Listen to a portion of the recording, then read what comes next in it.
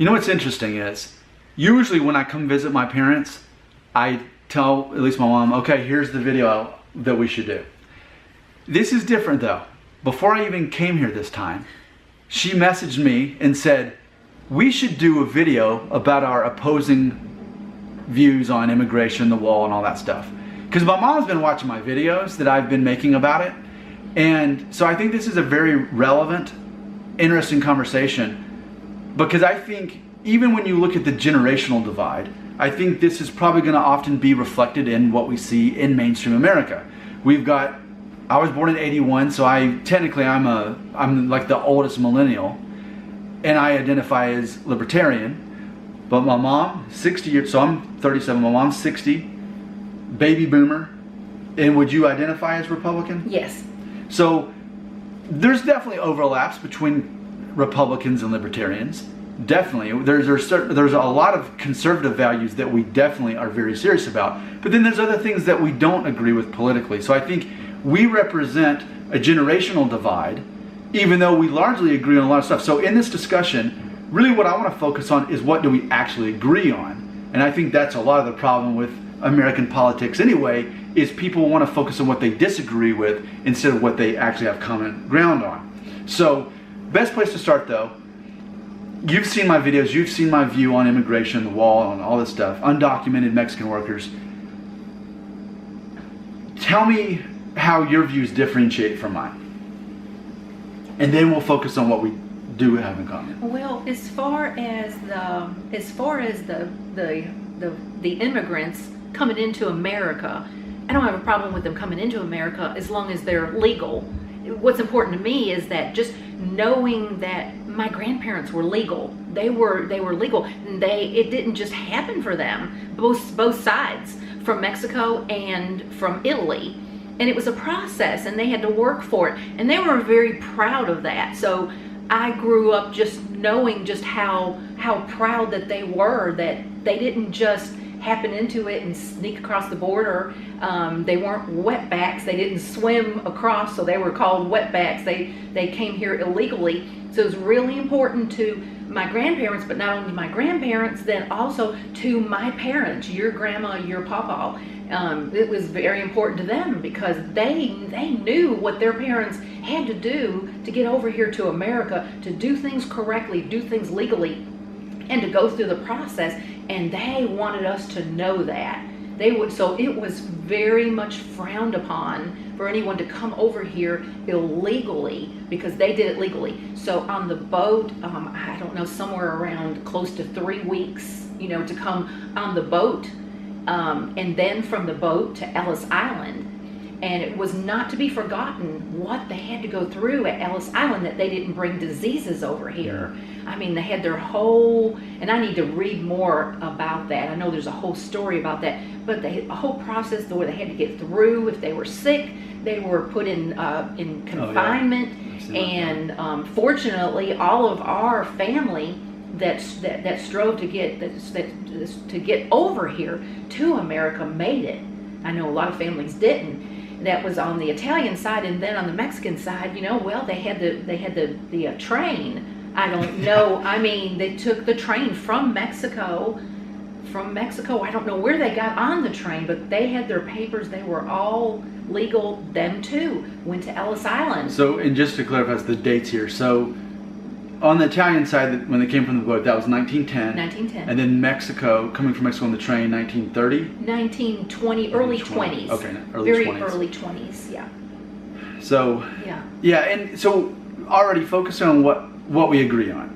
We definitely have a high value system for hard-working people. People who want to create a new life for themselves, absolutely yes. Easily agree on that. And I think even looking at the Libertarian Republican viewpoint, it's a matter of you work hard, you earn your own meal, yes, but you also take care of your own family. So this is where it gets interesting and challenging. And I need, speaking of dates, I looked it up because I was curious. The American welfare system, 1935.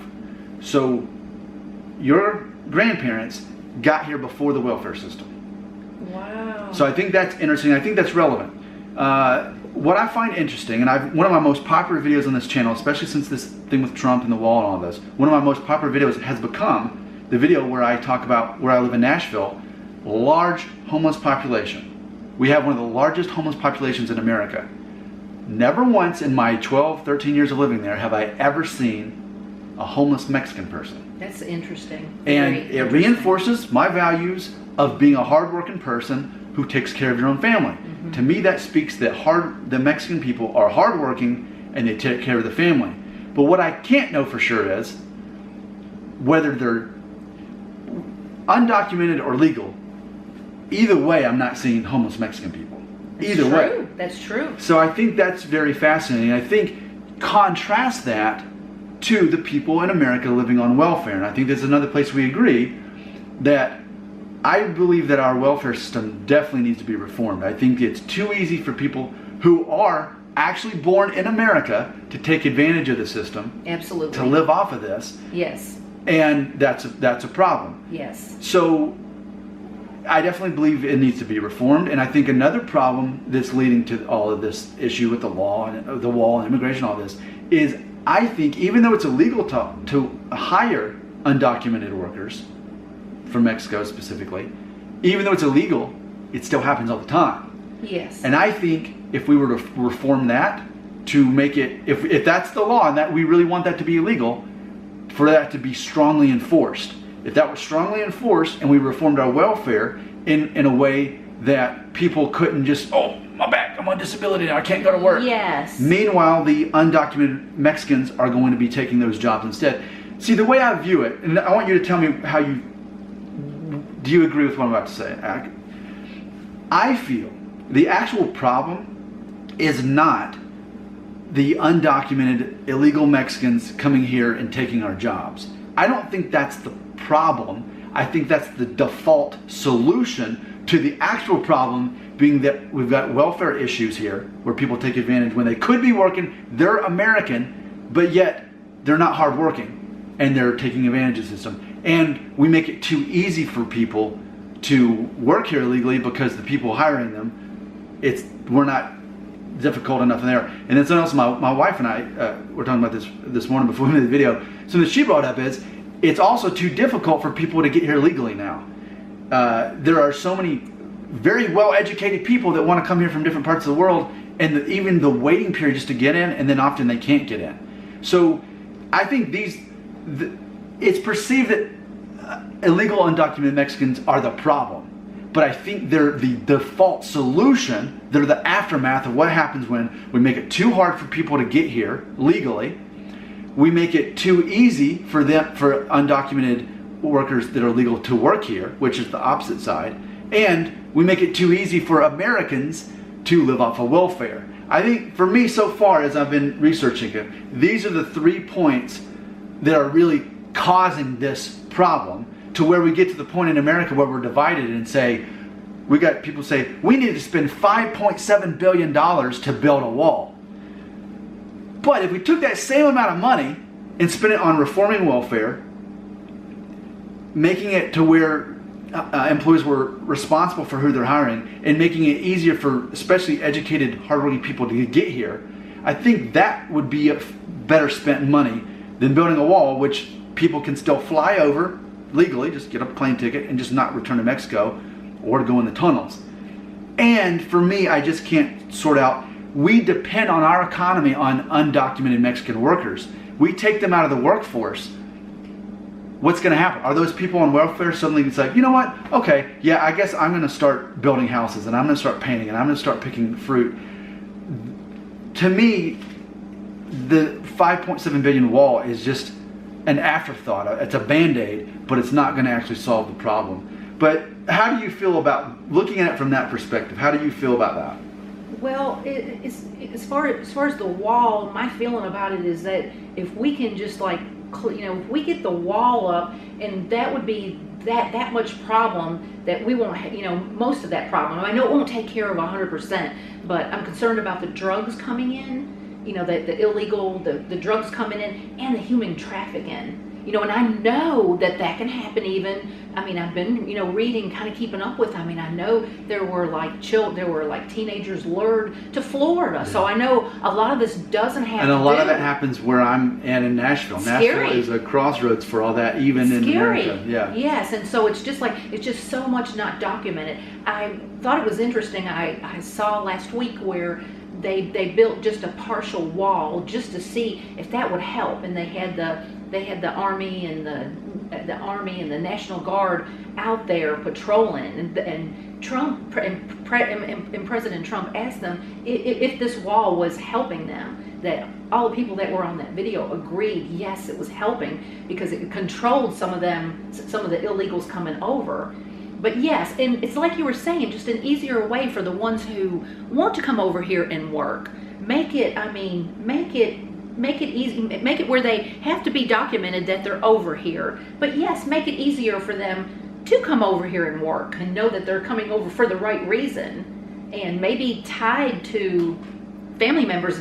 Go back to 1910, especially when my grandparents and my family came from Italy. They had to be documented when they got off, before they got off the ship, the boat. It had to be documented what family member they were going to be living with, because they were living with a family member. So everything was documentation. So we could have that back in 1910. We're in 2019 now. Yeah, just kind of get back to where we were then, and you know, it would just kind of help. The way I feel about it, just kind of help. And I think this is the perfect stopping point. I think we have both shared our views. We do agree on a lot of stuff. Oh, absolutely. Other stuff we don't exactly agree with. But what's funny about all this, what we think and what we feel about it and what we say in this video doesn't actually change anything. That's the funny thing. And I'm aware of that. That's why, to me, this is never going to be a heated debate for me. I'm never going to get emotional about this, because everybody has their own views and opinions on it. And America is divided on the issue. But ultimately, we're just two American people with opinions saying them. And what we say and believe doesn't actually affect what's going to happen. Right. If anything, it's like a butterfly effect. If people watch our video and maybe their views are changed by... But see, that's the thing. If I change any mind, for every person that, in theory, if I could change anyone's perspective on it, you're going to change someone else's perspective on it. But that's the thing. It's going to be balanced out. Yeah. It seems like America is balanced. It seems like it's pretty much a 50-50. I mean, I don't know. It just feels that way. Like it's 50-50. 50 people think, yes, we need the wall. That would take care of that problem. And then you have the other 50%. And I don't look down on the other 50%. It's just how you feel. Because, I don't know that I'm right feeling that, yes, we do need a wall, put the wall up, and then we don't have to worry about the wall anymore. But I think conversations like this, though, sort out the complexity of the issue. Because it's not as simple as we put up the wall and the problems are solved. Because we still recognize there's other fundamental issues that have led to this. And we still have to figure out how we're going to sort that out. Welfare needs to be reformed. We need to make it, if we're going to make it illegal for illegal undocumented workers to be here and working, we need to hold employers accountable to that, to where they're not doing it. And again, and I keep hearing these stories about people from India that are doctors in India, and they come here and they can't even get here, even though they're doctors. They're well-educated people who aren't allowed to come here. That's crazy. It is crazy. It's crazy. So that's crazy. That should not be. For me, I just think those are the things that we really should focus on. But I think America's in a hurry to try to fix this problem superficially, just in a hurry. And I think that's why we're here. So I think ultimately, and going forward in the future, whatever happens with the wall, whatever happens in 2019, whatever happens in the next election, I still think these are going to be lingering issues that we're still going to have to sort out once we give ourselves an opportunity to actually focus on those as well. All right, good talk. Let's keep it going. And obviously, there's a space for you right here in the comment section to tell your side of it. Do you agree with one of us more so the other? Let's keep this going. I think this is very interesting. It's a healthy, positive conversation. Yes. Where we can look at it from other perspectives. Yes. And not just what seems to be the problem, but look at a bigger picture by having a collaboration and a conversation, not a debate. Thanks for being here.